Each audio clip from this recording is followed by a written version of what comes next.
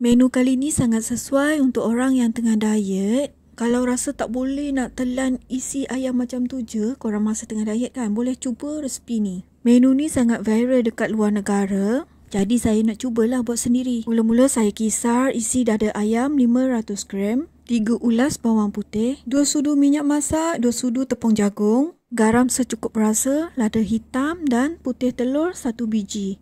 Ambil yang putih sahaja. Selepas itu, kisar sehingga halus. Yang ni saya pelik, kenapa saya masukkan ke dalam mangkuk? Kenapa saya tak masukkan terus ke dalam cawan? Bila sudah kisar halus macam ni, masukkan ke dalam cawan. Cawan yang boleh tahan panas. Sebab nanti kita akan kukus dia. Isi penuh-penuh macam ni. Bila kita rasa sudah agak padat, lepas tu balut menggunakan plastik ni. Plastik ni saya balut tebal supaya dia tak bocor.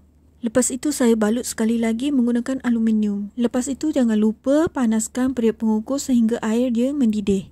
Ni saya kukus dalam 30 minit macam tu. Kejapnya dah masak dah. Okey, jom kita tengok macam mana kejadian dia. Tada, tengok.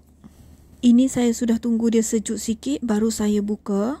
Saya kalau dada ayam, saya susah sangat nak telan makan macam tu saja. Kalau buat macam ni, alhamdulillah boleh makan.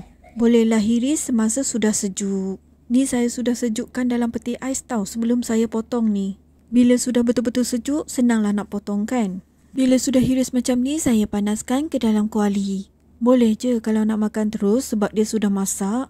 Boleh makan macam ni sahaja ataupun makan dengan roti putih.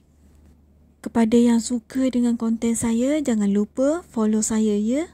Untuk orang yang diet memang sesuai sangatlah menu ni. Dia tak ada bahan pengawet. Okeylah korang, sampai di sini sahaja video saya kali ini.